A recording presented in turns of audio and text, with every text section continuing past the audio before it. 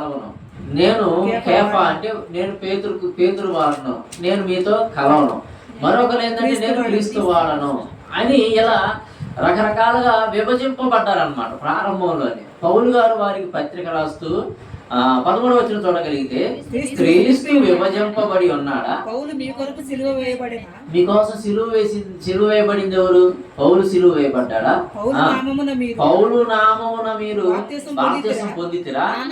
నేను పౌలు వాడనని మీరు అంటున్నారు కదా, నేను పౌలు వాడనని మీరు అంటున్నారు కదా. క్రీస్తు విభజింపబడి ఉన్నాడా? పౌలు మీ కొరకు సిలువ వేయబడిన పౌలు నామమున మీరు బాప్తిసం పొందితిరా? నా నామమున మీరు బాప్తిసం పొందితిరని ఎవరైనాను చెప్పకుండానట్లు క్రిస్పునకును గాయనకును తప్ప మరి ఎవరికి నేను బాప్తిసం ఇవ్వలేదు. అందుకే దేవునికి కృతజ్ఞతాస్తుతులు చెల్లించుచున్నాను. ఏమన్నాడు? అర్థమైందా? ఇక్కడ ఎవరు ఇప్పుడు నా పేరు పెట్టుకుంటున్నారు, ఇది నా సంఘం కాదు. ఇప్పుడు మనం డాడీ గారి జయశాలి గారి యొక్క సంఘం కాదు మనది ఏంది? క్రీస్తు సంఘం. మనది ఏంటంటే జయశాలి గారు మనకి నేర్పించినటువంటి ఒక బోధకుడు, అంతే. నేర్పించిన బోధకుడు, ఆయనకు ప్రాధాన్యత ఇవ్వకూడదు, నాకు ఇవ్వద్దని కూడా చెబుతాడు ఆయన. మనం వాక్యానికి ఎవరైనా కానీ ప్రతి సంఘము వాక్యానికి ప్రాధాన్యత ఎప్పుడైతే మనం ఇస్తామో అప్పుడు వాక్యము హెచ్చింపబడుతుంది, క్రీస్తు హెచ్చింపబడతాడు. అంటే ఈ విభజన అనేది దేవుడు ఇష్టపడడు. అందుకని పౌలు గారు ఏమన్నాడు? ఎవరు మీకోసం అసలుకి ఈ యొక్క సంఘం అంటే మనం బాప్తిసం తీసుకొని క్రీస్తులోనికి వస్తున్నాం. మనందరము వచ్చినటువంటి మనందరం ద్వారా మనందరి కోసం రక్తం ఇచ్చింది ఎవరు? క్రీస్తు కదా. అపోస్తుల కార్యములు 22వ అధ్యాయము, అపోస్తుల కార్యములు 20వ అధ్యాయము 28వ వచనం. అపోస్తుల కార్యములు దేవుడు తన పెద్దలను పిలిచి, ఎఫెసు నుంచి పౌలు గారు పెద్దలను పిలిచి వాళ్ళకి చెబుతున్నాడు. ఏమని చెబుతున్నాడు? దేవుడు తన స్వరక్తం ఇచ్చి సంపాదించిన తన సంఘము. ఆ సంఘం ఎవరిది? దేవుడిది. నీది కాదు, నాది కాదు, లోదరం కాదు, పెంతెకోస్తు కాదు, బాప్టిజం కాదు, సెవెంత్ డే కాదు, సియోను కాదు, వీళ్ళెవరిది కాదు. సంఘం ఎవరిది? క్రీస్తు తన స్వరక్తమిచ్చి సంపాదించిన తన సంఘం, దేవుని సంఘం. మనందరం బాప్తిసం పొందామంటే దేవుని సంఘంలోనికి వచ్చాం. మనం ఒక సంఘంగా మనం ఉంటున్నా కానీ మనము క్రీస్తు యొక్క ఆలోచన ప్రకారం మనం బ్రతుకులు ఉండాలి. దేవుడు పరీక్ష పెడతాడు. క్రీస్తు యొక్క ఆలోచన ప్రకారం మనం ఉండాలి. కానీ వారిని, సంఘములో ఉన్నటువంటి వారిని ఒక బానిసలుగా మనం ఏర్పరచకూడదు. నా దగ్గరికి వచ్చారు, ఇక నా దగ్గరే ఉండాలి, ఎక్కడికి వెళ్ళకూడదు. బానిసత్వం, ఇదే బానిసత్వం అన్నమాట. నేను చెప్పిన మాటే వినాలి. మన యొక్క సంఘ కూడికలకే రావాలి.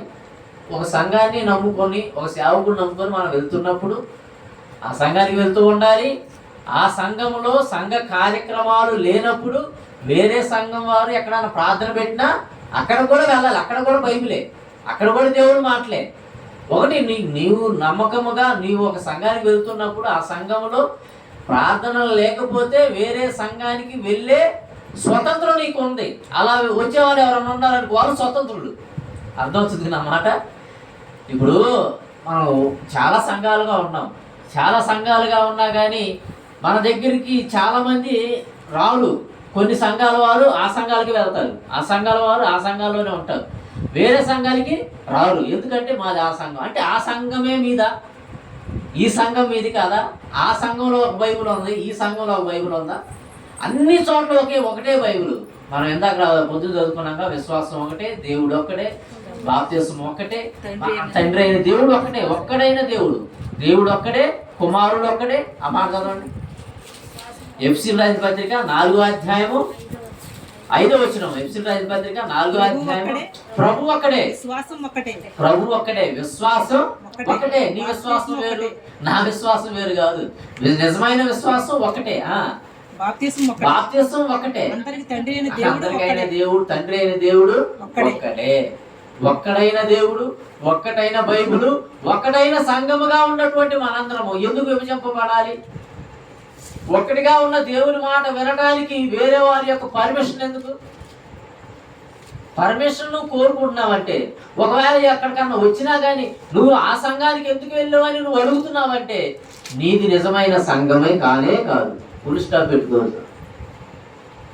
అంటే సంఘాలలో నేడు ఉన్నటువంటి సమాజంలో చాలా మంది బానిసత్వంలోనే ఉన్నారు, సంఘ బానిసత్వంలో. ఈ సంఘాలన్నీ ఏమి చెబుతున్నాయంటే భక్తుల సంఘం. రకరకాలుగా మనం విభజింపబడినా కానీ మనం ఎలా ఉండాలి? ఐక్యంగా ఉండాలి. క్రైస్తవులుగా ఐక్యంగా ఉండాలి. సమస్య వచ్చినప్పుడు వాక్య రూపంలో ఒకటే వాక్యం ఉండాలి. ఒకే విధంగా ఒక సమస్య వచ్చినప్పుడు నిలబడేటటువంటి వారుగా ఉండాలి. క్రైస్తవుల మీద మరి ఎన్నో దాడులు జరుగుతున్నప్పుడు అందరం ఐక్యంగా నిలబడేటటువంటి వారుగా ఉండాలి. అంతేగాని నా సంఘం నన్ను కాదు కదా కొట్టింది, నన్ను కాదు కదా చంపింది, మన దగ్గర కాదు బైబిల్ కాల్చింది అని మనము మన దాకా రాలేదు కనుకొని మనం కనుక ఉంటే ఏదో ఒక రోజున మన దాకా కూడా వస్తుంది. అప్పుడు మనకు తోటి సహాయకులే, తోటి సహోదరులే మనకు ఎవరు సహాయం చేయరు. ఎందుకంటే ఐక్యత అనేది దేవుడు కోరుకుంటున్నాడు. ఐక్యంగా ఉండండి. ఈ బైబిల్ కలిగినటువంటి మనందరం ఎలా ఉండాలి? ఐక్యంగా ఉండాలి. బానిసలుగా చేయాల. బానిసత్వంలో ఉండకూడదు అంటున్నాడు యేసు ప్రభు రాకముందు ప్రతి విశ్రాంతి దినాన అంటే విశ్రాంతి దినాన శనివారము ఇశ్రాయేలీలు ఆచారంగా కూడుకుంటారు, క్రైస్తవులు కాదు. అర్థమైందా? ప్రతి విశ్రాంతి దినాన ఇజ్రాయేలీలందరూ సమాజ మందిరముగా కూడుకొని దేవుని యొక్క మాటలు అక్కడ ప్రకటింపబడుతూ ఉంటాయి మందిరంలో. ఎవరు వాళ్ళు ప్రకటిస్తారు? శాస్త్రులు ఉంటారు, ధర్మశాస్త్ర ఉపదేశకులు, పరిచయులు. వీళ్ళందరూ ఒక వర్గాన్నే వాక్యం ప్రకటించడానికి దేవుడు ఎన్నుకున్నాడు, లేవీయులని. రైట్. ఇప్పుడు వీళ్ళందరూ ధర్మశాస్త్ర ఉపదేశకులుగా ఉన్నటువంటి వాళ్ళందరూ ప్రతి విశ్రాంతి దినాన దేవుని సమాజ మందిరంలో వాక్యాన్ని ప్రకటిస్తూ ఉంటున్నారు. యూదులు వారి కొన్ని ఆచారాలు ఉంటాయి, ఆ ఆచారాల్లో ఉంటున్నారు యూదులందరూ. రైట్. అదే సమయంలో యేసుక్రీస్తు ప్రభువారు వచ్చాడు. యేసుక్రీస్తు ప్రభువారు వచ్చి బోధన ప్రారంభించాడు. మనకి కొండ మీద ప్రసంగం 5వ అధ్యాయం కానీ 6వ అధ్యాయం కానీ 7వ అధ్యాయం, ఈ 3 అధ్యాయాలు మత్తయి సువార్తలో కొండ మీద యేసుక్రీస్తు ప్రభువారు ప్రకటించినటువంటి ప్రసంగం. ఇప్పుడు ఆయన ప్రసంగించిన తర్వాత ఏం జరిగిందో చూడండి. 7వ అధ్యాయం చివరి వచనం, మత్తయి సువార్త 7వ అధ్యాయము. ఏలయనగా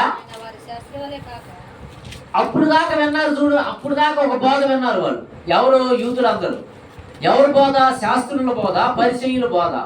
ఆ బోధ వలె కాక అధికారం గల వాని వలె బోధ ఎలా ఉండాలంటే అధికారం అంటే ఒక అధికారం అంటే ఇది దేవుడు నాకు ఇచ్చిన అధికారం అని ధైర్యంగా చెబుతున్నాడు. ధైర్యంగా చెబుతున్నాడు. శాస్త్రులు భయపడతలేదు, పరిచయులకు పడతలేదు, గవర్నమెంట్కు భయపడతలేదు, గవర్నర్కు భయపడతలేదు, ఏ రోజుకు భయపడతలేదు. ఆయన ఒక అధికారం గలవానిగా బోధిస్తున్నాడు యేసుక్రీస్తు ప్రభువారు. మరి అధికారం గలవానిగా శాస్త్రులు పరిచయులు బోధించలేదా అంటే బోధించలా. వాళ్ళేదో మనుషుల మెప్పు కోసం ఆచారాలు, అలవాటు ప్రకారం ఆచారాలు మాత్రమే మనుషుల మీద రుద్దుతున్నారు కానీ వాక్యం చెప్పట్లేదు. అందుకని అంటాడు ఈ మార్కు సువార్త 7వ అధ్యాయం, యేసు ప్రభు అంటాడు చూడండి, 7వ అధ్యాయం 6-7 వచ్చినాడు. మార్కు సువార్త వారితో ఇలాగ చెప్పాను. ఎలా ఉన్నారంటే ఆ రోజు ఉన్నటువంటి ఈ సమాజంలో ఉన్న యూదులు ఎలా ఉన్నారంటే సమాజ మందిరానికి వెళ్తున్నారు, విశ్రాంతి దినాన్ని కూడుకుంటున్నారు, కానీ ఎలా ఆరాధిస్తున్నారు? ఈ మనుషులు పెదవులతో నన్ను ఆరాధిస్తున్నారు కానీ కనపరుచుతురు కానీ హృదయం మాత్రమే ఉండలేదు, హృదయము దూరముగా ఉన్నది. మానవులు కల్పించిన పద్ధతులు ఆచారాలు మాత్రం దేవోపదేశములుగా బోధిస్తున్నారంట. సంఘంలో పద్ధతులు కానీ ఆచారాలు కానీ బాగా చెబుతున్నారు కానీ ఏం చెప్పట్లేదు? వాక్యం చెప్పట్లా. ఇప్పుడు ఆచారాలు పాటించు. నీ శిష్యులేంది చేతులు కడుక్కోరు, నీ శిష్యులేంది బజార్ నుంచి వచ్చి కాళ్ళు కడుక్కోరు. ఇవన్నీ ఆచారాలు అన్నమాట. ఈ నేర్పుతున్నారు కానీ వాక్యం నేర్పట్లా. కానీ యేసుక్రీస్తు ప్రభువారు వచ్చిన తర్వాత ఏం జరిగింది? ఆయన వారి శాస్త్రుల వలె కాక అధికారము గలవాని వలె వారికి బోధించాను. బోధ అధికారముగా ఉన్నారన్నమాట. ఎవరికి భయపడేటటువంటి బోధ చేయకూడదు, మనుషులను మెప్పించేటటువంటి బోధ చేయకూడదు. యేసుక్రీస్తు వాడు అదే చేశాడు. ఏంటి ఈయన ఎలా చదువుతున్నాడు అని ఆయన అనేకులు వెంబడించి ఆయన బోధకు చాలా మంది ఆశ్చర్యపడ్డారంట. ఇప్పుడు కొంతమందిని మరి ఈయన బోధ చేస్తుంటే వీళ్ళు చాలా మంది జనసమూహం ఏం జరిగిందంటే యేసును వెంబడించడం ప్రారంభించారు. సమాజ మందిరాల్లో ఒక సంఘముగా కూడుకుంటున్నారు యూదులందరూ కూడుకుంటుంటే అప్పుడు ఎవరు వచ్చారు? యేసు ప్రభు వచ్చాడు. యేసు ప్రభు వచ్చి బోధ చేస్తున్నాడు.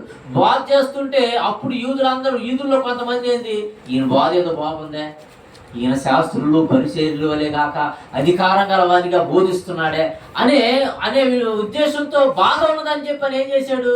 చాలా మంది యేసును వెంబడిస్తున్నారు. యేసును వెంబడిస్తుంటే ఇప్పుడు ఇక్కడ ఉన్నటువంటి సమాజ మందిరం ఉన్నటువంటి వాళ్ళు ఏం చేస్తున్నారంటే ఆయన వెంబడిపోయేది మీరు మోషే ధర్మశాస్త్రం ఉంది, మీరు మా దగ్గరికి రావాలి అంటే సంఘ బానిసంలో పెట్టుకోవాలని చూస్తున్నారు. వీళ్ళందరూ సంఘ బానిసంలో పెట్టుకోవాలని జనాలందరూ వెళ్తుంటే ఒకానొక సమయంలో యేసు ప్రభువుని కూడా అరెస్ట్ చేయడానికి పోలీసులు పంపాడు. ఒకానొక సమయంలో ఏం జరిగింది, ఇక జనులందరూ ఈ శాస్త్రులు పరిచయాల మాట వినకుండా యేసు వైపు వెంబడిస్తుంటే అప్పుడు ఏం చేశారంటే పోలీసులు పంపారు. ఏమని? అదిగా ఆ స్పీకర్ ఉన్నాడు చూడు, ఎవరో యేసు ప్రభు, ఆయన్ని అరెస్ట్ చేసి తీసుకురండి అని చెప్పని పోలీసులు పంపితే పోలీసులు ఏం మాట్లాడుతున్నారు చూద్దాం. యోహాను సువార్త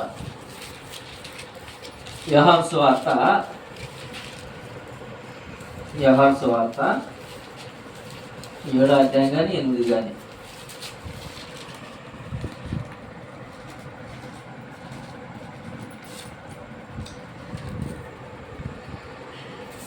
యోహాను సువార్త 7:45.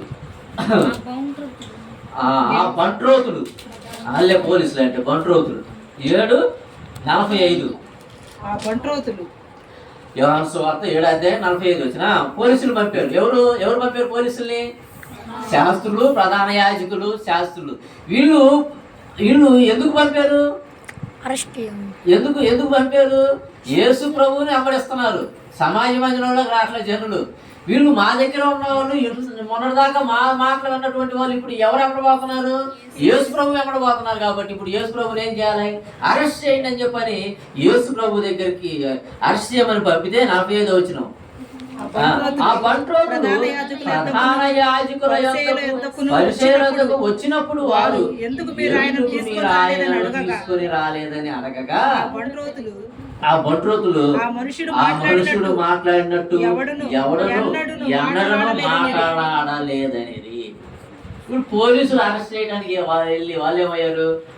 ఇప్పుడు పోయారు, ఒక ప్రసంగం జరుగుతుంది, విన్నారు. వాళ్ళు వింటే ఈయనలో తప్పేం లేదే, ఏంది ఈయన బాగా అధికారం గలవాడిగా బోధిస్తున్నాడే, ఈ శాస్త్రులు కానీ పరిచయాలు కానీ అప్పటిదాకా ఏం బోధ జరగలేదు, ఇటువంటి బోధ చేయలేదు, ఇటువంటి బోధ మేము వినలేదే అని వాళ్ళు మంచివాడే కదా, బాగానే చెబుతున్నాడు వాక్యం, ఈయనలో తప్పే ఉందని చెప్పని వాళ్ళు వాక్యానికి అరెస్ట్ అయ్యి వెనక్కి వచ్చారు.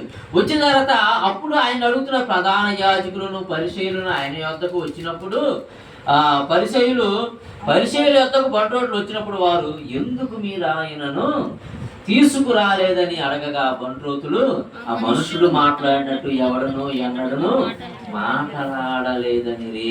అందుకు పరిచయులు మీరు కూడా మోసపోతీరా? అధికారంలో గాని పరిచయుల్లో గాని ఎవడైనను ఆయన యందు విశ్వాసం ఉంచెనా? అయితే ధర్మశాస్త్రం ఎరగని ఈ జన సమూహము శాపగ్రస్తమైనదని వారితో అనేది. మాకే ధర్మశాస్త్రం తెలుసు, మాకే వాక్యం తెలుసు, మీరు మోసపోయారా? మోసపోతుంది ఎవరు? వీళ్ళే. మోసపోతుంది ఎవరు? వీళ్ళే. శాస్త్రులు పరిచయలే మోసపోతూ మీరు మోసపోయారా అంటున్నారు. ఏదైనా కానీ ఒక మాట చెప్పేటప్పుడు మన డినామినేషన్ అన్నిటిని పక్కన పెట్టి ఆ వాక్యం ఎలా ఉన్నది, ప్రకటించే విధానం ఎలా ఉన్నది, ఆ వివరణ ఎలా ఉన్నది, బైబిల్కి అనుకూలంగా ఉన్నదా లేదా అని మనం మంచి మనసుతో కనుక బైబిల్ని ఆలోచిస్తే దేవుడు మనకు సహాయం చేస్తాడు. ఎవరిదా? ఇది నాది కాదు, సుందరా గారిది కాదు, ఎవరిది కాదు, దేవునిది. దేవుడు తన స్వరక్తం ఇచ్చి సంపాదించిన సంఘం. ఈ సంఘంలోనికి ఎవరు సంఘస్థులు నడిపించారు మిమ్మల్ని? ఎవరు ఈ సంఘంలో నడిపించారు? అపోస్తుల కార్యములు 2వ అధ్యాయము చివరి వచనం. అపోస్తుల కార్యములు 2వ అధ్యాయము చివరి వచనం చూడగలిగితే, ఆనందముతోను నిష్కపటమైన హృదయముతోను ఆహారము పుచ్చుకొనుచుండిరి, మరియు ప్రభువు రక్షణ పొందుచున్న వారిని అనుదినము వారితో అపోస్తులతో చేర్చుచుండెను. అసలు సంఘంలోకి నిన్ను చేర్చింది ఎవరో తెలుసా? ఎవరు? ప్రభువే, నేను కాదు. నేను ఊరక దేవుని మాటకు నోరిస్తున్నాను అంతే. ఒక సేవకుడి పని ఏంది? చెప్పటమే. చెప్పిన తర్వాత ఆ యొక్క వాక్యం హృదయంలోకి పోయి ఫలింపజేసేది దేవుడే. నీ యొక్క హృదయాన్ని ఫలింపజేసేది దేవుడే. దేవుడు నీ హృదయం ఫలింపజేసి సంఘములోనికి చేర్చేది ఎవరు? దేవుడే. చేర్చింది ఎవరు? దేవుడు. సంఘం ఎవరిది? దేవుడిది. నేనెవరిని? నేను ఆంక్షలు పెట్టడానికి నేనెవరిని? పలాని సంఘానికి వెళ్ళకూడదు, పలాని చోట ప్రార్థనకి వెళ్ళకూడదు అని ఆంక్షలు పెట్టడానికి నేనెవరిని? నేను అడ్డుకున్నానా? నేను దేవుడికి మునికోలకు అడ్డుపోయినట్టే. కానీ ఈ రోజున సంఘంలో చాలామంది చూడండి అండి, చాలా వాక్యానికి విధేయులేకపోతున్నారు, సత్యమందు స్వతంత్రులు కాలేకపోతున్నారు. మా సంఘంలో వాళ్ళు ఏమైనా అనుకుంటారేమో, మా సంఘ పాస్టర్ చూస్తే ఏమైనా అనుకుంటారేమో, మా సంఘ పెద్దలు చూస్తే ఎవరైనా అనుకుంటారని ఈ భయంలోనే ఉన్నారు చాలామంది. ప్రారంభ శతాబ్దంలో కూడా యేసుక్రీస్తు ప్రభువు వారి యొక్క బోధ చేసేటప్పుడు కూడా చాలామంది ఈ భయంతో ఉన్నారు. 9వ అధ్యాయం యోహాను సువార్త 1వ వచనం. యోహాను సువార్త 9వ అధ్యాయం 1వ వచనం. ఆయన మార్గమున పోచుండగా పుట్టు గుడ్డివాడైన ఒక మనుషుడు కనబడేను. పుట్టు గుడ్డివాడు అంటే చిన్నతనం నుంచి ఆయనకి ఏమి లేవు, కళ్ళు కనబడవు. ఎవరో కూడా తెలియదు, అంత చీకటే. అధికారి ఎవరో తెలియదు, శాస్త్రి ఎవరో తెలియదు, ప్రధానమంత్రి ఎవరో తెలియదు, ఎవరో తెలియదు అతనికి. పుట్టి గుడ్డివాడు. ఎవరయ్యా వచ్చారంటే నేను పలానా, సరే. పుట్టు గుడ్డివాడు ఒకడు ఉండేను. ఆయన శిష్యులు బోధకుడా, వీడు గుడ్డివాడై పుట్టుటకు ఎవడు పాపం చేశాను, వీడిని కన్నవారా అని ఆయన అడగగా శిష్యులు అడుగుతున్నారు యేసు ప్రభువుని, అయ్యా ఈయన గుడ్డివాడిగా ఉన్నాడు, ఎవరు పాపం చేశాడు? గుడ్డివాడిగా పుట్టడానికి ఎవరు కారకుడు? వీళ్ళ తల్లిదండ్రులు లేదా తప్పు చేస్తే ఆ శాపం ఈయన మీదకి ఏమైనా వచ్చిందని అంటే యేసు ప్రభు అంటున్నాడు, యేసు వీడైనను వీడి కన్నవాడైనను పాపం చేయలేదు, కానీ దేవుని క్రియలు అండర్లైన్ చేయండి అన్నమాట. దేవుని క్రియలు వీని యందు ప్రత్యక్షపరచబడుటకై వీడు గుడ్డివాడిగా పుట్టెను. అసలు మనం ఎందుకు పుట్టామో తెలుసా?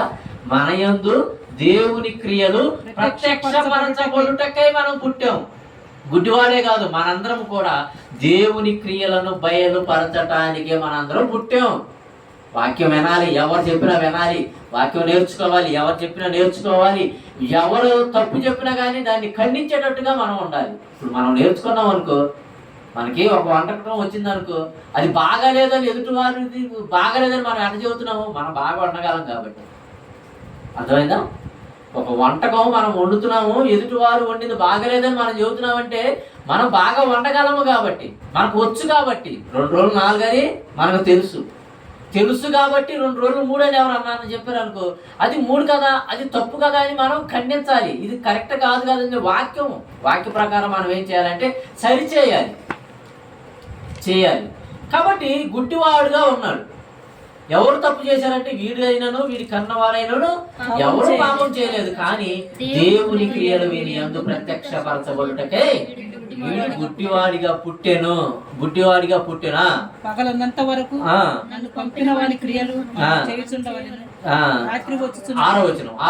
ఆయన ఇట్లు చెప్పి నేల మీద యేసు ప్రభు ఎలా చెప్పి నేల మీద ఉమ్ము వేసి భూమితో బురద చేసి వాని కనుల మీద బురద పూసి నీవు సిలోయము కోనేటికి వెళ్ళి అందులో కడుగుకొనమని చెప్పాను. సిలోయమును పంపబడి వాడే అర్థమా? వాడు వెళ్ళి కడుక్కొని చూపు గలవాడై వచ్చాను. ఏమొచ్చినాయి? గుడ్డివాడికి కళ్ళు వచ్చినాయి. అప్పటిదాకా పుట్టి గుడ్డివాడుకు కళ్ళు వచ్చినాయి. ఇప్పుడు ఒకళ్ళు ఉన్నారనుకో, కళ్ళు ఉన్నాయి, మనకి కళ్ళు ఉన్నాయి కానీ శాస్త్రి అమ్మో ఇతడు ధర్మశాస్త్ర పరిచయుడు అని మనం చూసాం కాబట్టి మనకు తెలుసు. ఇదిగో మా సంఘం పాస్టర్ అని మనం చూస్తాం కాబట్టి మనకు తెలుసు. ఇదిగో మా సంఘ సేవకురాలు, ఆ సంఘానికి వెళ్తే ఏమని అనుకునిద్దాం. అంటే మనందరం చూస్తున్నాం కాబట్టి వీళ్ళెవరో వాళ్ళెవరో మనందరికీ తెలుసు. కానీ ఇప్పుడు గుడ్డివాడికి ఏమొచ్చినాయి? కళ్ళు వచ్చినాయి. కళ్ళు వచ్చిన తర్వాత ఇతనికి ఎవరైతే నాకేంటి అంటున్నాడు ఇక్కడ. కళ్ళు వచ్చిన తర్వాత ఎవరైతే నాకేంటి, ఇక ప్రధానమంత్రి అయినా నాకు తెలియదు, ఎవరో నాకు తెలియదు అని అతడు ఏమంటున్నాడు చూడండి అండి. ఇక అందరూ ఆశ్చర్యపోతున్నారు అనమాట. కళ్ళు వచ్చేసరికి వాళ్ళందరూ ఆశ్చర్యపోయి అడుగుతున్నారు అనమాట. 11వ వచనం 10వ వచనం వారు జనసమూహాలందరూ అడుగుతున్నారు అన్నమాట. నీ కన్నులు ఎలాగూ తెరవబడిన అడగగా వాడు యేసు అన్న ఒక మనుషుడు బురద చేసి నా కళ్ళు మీద పూసి నీవు సిలోయం కోనేటికి వెళ్ళి కడుక్కోమని నాతో చెప్పాను. నేను వెళ్ళి కడుక్కొని చూపు పొందితిని. ఒకటోసారి జన సమూహం అందరూ వచ్చి ఆశ్చర్యపోయారు. ఇప్పుడు మనలో ఎవరన్నా హ్యాండిక్యాప్డ్ ఎవరన్నా ఉన్నారనుకో, వాళ్ళకి ఒకసారి ఇక చూపు వచ్చింది అనుకో, వాళ్ళని అడుగుతాం కదా మనందరం. అడుగుతుందనే వాడు ఏమన్నాడు యేసు అంటే యేసుని కూడా చూడాలి. ఆయన యేసు అని తెలుసు అంతే, శబ్దం తెలుసు, మాట తెలుసు అంతే. యేసు అని ఒక మనుషుడు నా కళ్ళ మీద బురద చేసి రాసి ఆయన కోనేటికి వెళ్ళి కడుక్కోమన్నాడు. నేను వెళ్ళి కడుక్కున్నాను, నాకు చూపు వచ్చింది అన్నాడు. రైట్. ఈ విషయం ఎక్కడికి వెళ్ళింది? శాస్త్రులు పరిచర్యల దగ్గరికి వెళ్ళిపోయింది. ఇప్పుడు యేసు ప్రభు వారి మీద శాస్త్రులకు పరిచర్యలకు మంచి అభిప్రాయం ఉన్నదా, చెడు అభిప్రాయం ఉన్నదా? ఎందుకు? బోధ జనులందరూ ఆయన వెంబడి వచ్చేస్తున్నారు, ఆయన వెంబడి వెళ్ళిపోతున్నారు. బోధ వేరుగా ఉన్నది, బోధ వేరుకుండేదానికి చాలా మంది ఆయన వెంబడించేస్తున్నారు. ఇప్పుడు శాస్త్రులు పరిచర్యలకు యేసు ప్రభు మీద ఏముంది? కోపం ఉన్నది. ఆయన సూచక్రియ చేశాడని తెలిసినా కూడా సంతోషించాలి కదా. ఎవరన్నా ఒక అవిటివాడికి కాలు వచ్చింది అనుకో, చిన్నతనం నుంచి అవిటివాడు కాలు వచ్చింది, సంతోషించాలిగా సేవకుడుగా. సంతోషించుకుంటే వీళ్ళు ఏమంటున్నారు? 11వ వచనం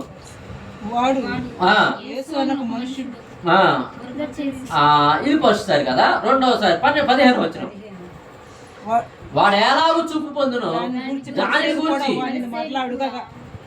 ఎలా చూపు పొందాడు వాడు అని చెప్పని పరిసయ్యులు కూడా వారిని మరలా అంటే రెండోసారి అడుగుతున్నా. మరలా అడగగా వాడు నా కన్నుల మీద ఆయన బురద ఉంచగా నేను కడుక్కొని చూపు పొందినని వారితో చెప్పాను. ఒక గుడ్డివాడి యందు దేవుని క్రియలు బయలుపరచబడుతుంది. నిలబడతాడు, స్వతంత్రంగా నిలబడుతున్నాడు. శాస్త్రులు పరిసయ్యులకు ఎదురు తిరిగి నాకు స్వస్థత చేసింది యేసు నా కళ్ళ మీద బురద చేశాడు, ఆయన బురద వంచగా నేను కడుక్కొని చూపు పొందిందని వారితో చెప్పగా కాగా పరిచయంలో కొందరు ఈ మనుషుడు విశ్రాంతి దినమును ఆచరించడం లేదు కనుక దేవుని యొద్ద నుండి వచ్చిన వాడు కాదని. అదేంది? వీళ్ళు ఒక పిచ్చోళ్ళు అనమాట. అంటే ఆచారాలు పిచ్చోళ్ళు అనమాట. విశ్రాంతి దినం ఎందుకు ఆచరించలేదు?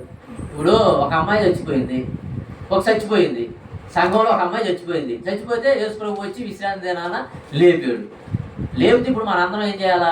ఆనందించాలా, సంతోషించాలా?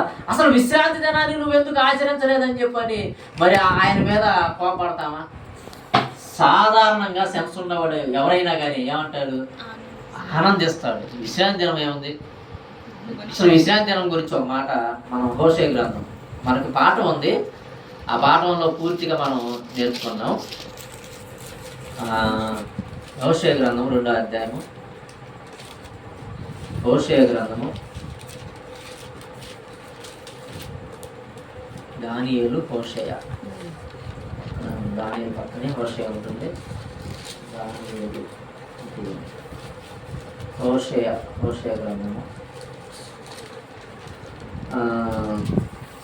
2వ అధ్యాయం 10వ వచనం.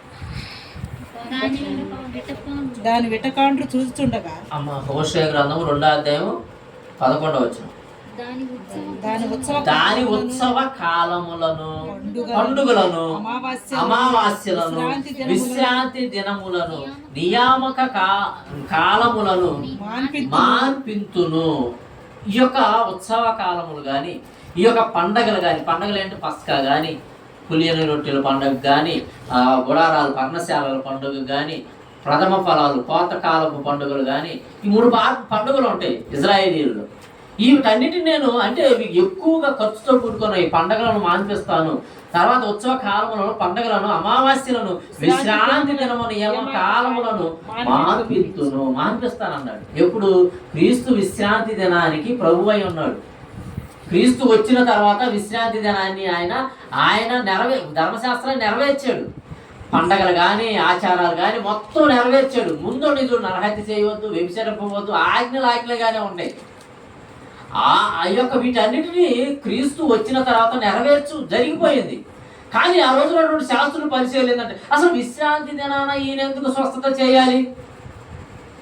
ధర్మశాస్త్రాన్ని 5, 6, 7 అధ్యాయాల్లోనే మార్చేశాడు. కంటికి కన్ను కాదు, పంటికి పన్ను కాదు, నీ సహోదరుని ద్వేషించిన నువ్వు నరహంతకుడు అన్నావు. వ్యభిచారము చేయటం కాదు, మోహపు చూపుతో చూసినా కానీ అది వ్యభిచారమే అన్నాడు. అంటే మోషే ధర్మశాస్త్రాన్ని ఆయన మార్చివేస్తున్నాడు యేసుక్రీస్తు ప్రభువారు.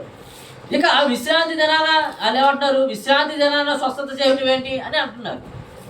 ఏమన్నారు? మరలా చదువుతాం. కాబట్టి వారు కాగా పరిచయంలో కొందరు ఈ మనుషుడు విశ్రాంతి దినమును ఆచరించడం లేదు కనుక దేవుని యొద్ద నుండి వచ్చిన వాడు కాడనిది. మరికొందరు పాపి అయిన మనుషుడు ఈనాటి సూచక్రియలు ఎలాగూ చేయగలడనిది. ఇట్లో వారిలో భేదము పుట్టాను. కొంతమంది విశ్రాంతి దినాన ఆచరించలేదు కదా, ఈయన దేవుని దగ్గర నుంచి వచ్చిన వాడు కాదు అని ఈ శాస్త్రులు పరిచయాలు అంటే కొంతమంది అంటున్నారు, సరే విశ్రాంతి దినం పాటించట్లేదు, దేవుని దగ్గర నుంచి వచ్చిన వాడు కాదని అంటున్నారు. మరి దేవుని యొక్క నుండి వచ్చిన వాడు కాదనేది.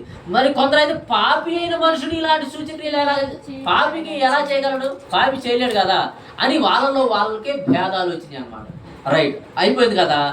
17వ వచనం.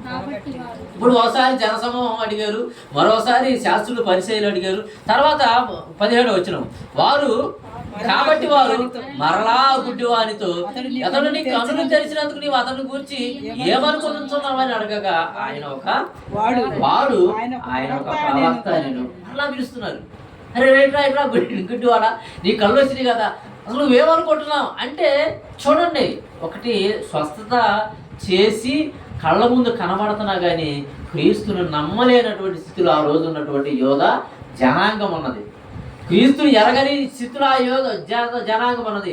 మరి ఇతను పదే అడుగుతున్నారు, ఎందుకు? యేసు కాదు నాకు స్వస్థత చేసిందని చెబుతాడేమోనని. ఇప్పుడు ఒకడంట మేక పిల్లని భుజాలు పెట్టుకొని వెళ్తున్నాడంట. నలుగురు ఏం చేశారంటే దాన్ని కొట్టేయాలని చూశారంట. కొట్టేయాలని చూసి నలుగురు ఒకడు ఎదురుపోయాడంట. పోయి అరే ఏందిరా కుక్క పిల్లని భుజాల మీద వేసుకుని వెళ్తున్నాం అన్నాడంట. అరే కుక్క పిల్ల అంటావేందిరా, నా భుజం మీద ఉంది మేక పిల్ల అని చెప్పాను. కాదు కుక్క పిల్ల అన్నాడంట. లేదు మేక అని గదవాయించాడు. మొదటి బాగా ఎదిరించి వెళ్ళిన తర్వాత మళ్ళీ రెండోవాడు కూడా వచ్చాడంట. వాళ్ళ ఉద్దేశం ఏంటి? వీడు మెడ మీద ఉన్న మేక పిల్లని కొట్టేయాలని వాళ్ళ ఉద్దేశం. రెండోవాడు కూడా వచ్చాడు. అరే ఏంద్రా కుక్క పిల్లనేది మెడ మీద వేసుకొని వెళ్తున్నామని చెప్పి అన్నాడంట. వెంటనే మనసులో కొంచెం సందేహం వచ్చినా కానీ లేదు ఇది కుక్క పిల్ల కాదు మేక పిల్లే అని చెప్పి వెళ్ళాడంట. మళ్ళీ మూడోవాడు వచ్చాడంట. మూడోవాడు వచ్చారే ఏంద్రా కుక్క పిల్లని మెడ మీద వేసుకెళ్తున్నాం అని చెప్పి అనగానే అంటే చోటు వచ్చింది. ఏంది నా మెడ మీద ఉంది కుక్క పిల్ల మేక పిల్ల అని చూసుకున్నాడు, కళ్ళతో చూశాడు, అది నిజమే. అయినా కానీ వీళ్ళందరూ ఒకలాగా ఉంటే నేను ఒకలాగా ఉంటానా? వీళ్ళందరికి ఒకటాగా పడుతున్నా నాకు ఒకటాగా పడుతుందా? వీళ్ళందరికీ మేకలాగా పడుతున్నా నాకు కుక్కలాగా పడుతుందా? వీళ్ళందరూ నాకు మేకలాగా పడుతుంది వీళ్ళ కుక్కలాగా పడుతుందా అని చెప్పి ఆలోచించానే వెళ్తున్నాడు. ఈలోపు నాలుగోడు కూడా వచ్చాడు. ఏంద్రా కుక్క పిల్లని ఏంద్రా భుజాన్ని వేసుకుని వెళ్తున్నామని చెప్పి అనగానే ఇక ఇది మేక కాదు కుక్క పిల్ల అని చెప్పని దాన్ని వదిలేసి వెళ్ళిపోయాడు. అంటే నలుగురు ఒక అబద్ధం చెప్పడం వల్ల ఆ అబద్ధం నిజమవుతుందని లోకం నానుడి. కానీ నిజము తెలిసిన మనము నిజముగానే నిలబడాలి. 100 మంది 100 రకాలుగా చెప్పని కాక ఒక తర్కన జరిగిందంటే ఆ తర్కనలో వాక్యాన్ని మనం గెలిపించే వారంగా ఉండాలి. మొన్న బాపట నుంచి చేపులోలు బస్సు ఎక్కి వెళ్తున్నా, 2 సేవకులు మాట్లాడుకుంటున్నారు సాక్ష్యాల గురించి. నేను మధ్యలో చూడా, ఇది కరెక్ట్ కాదు అన్న. ఎలా కాదు అన్నాను. వాక్యం తీసి టకటక చెప్పేస్తున్నా, చూపిస్తున్నా. ప్రతిదానికి వాక్యం రెఫరెన్స్ చూపిస్తున్నా. సార్ ఎక్కడ చదువుకున్నారు మీరు? ఎక్కడ చదువుతారంటే Bible open university India international. ఆయన పిడి సుందరరావు గారా? మాకు తెలుసు, కానీ మేము ఆయన దగ్గర నేర్చుకోలేము. ఎక్కడ బాపట్లలో పలానా చోట రీసెర్చ్ సెంటర్లో నేర్చుకోండి అని. మేము రాగానే నువ్వే మా దగ్గరికి రా అన్నారు. నువ్వే మా సంఘానికి ఒకసారి వచ్చి ప్రార్థన మాకు వాక్యం చెప్పు అంటే ఆ స్వీకరించే మనస్సు ఉన్నది చాలా మందికి. సేవకులే 2 నాకన్నా ముందు వాళ్ళు ఎప్పటి నుంచి, నేను 2016 నాది బాప్తిస్మం అంటే అన్న మేము ఎప్పటి నుంచో మేము సేవ చేస్తున్నాం అన్న, మాకు చాలా తెలియదు అని చెప్పని సేవకులే ఇద్దరు, ఒకరు షాలేము డేవిడ్ రాజు గారు, ఒక అతనేమో నతానియేలు గారు. 2 చోట్ల సంఘంలో సేవ చేస్తున్నారు. కానీ వాళ్ళు ఇది నిజమే అని ఒప్పుకొని మా సంఘానికి రాని ఆహ్వానించారు. నన్ను ఫోన్ చేస్తామన్నారు, ఫోన్ నెంబర్ తీసుకున్నారు.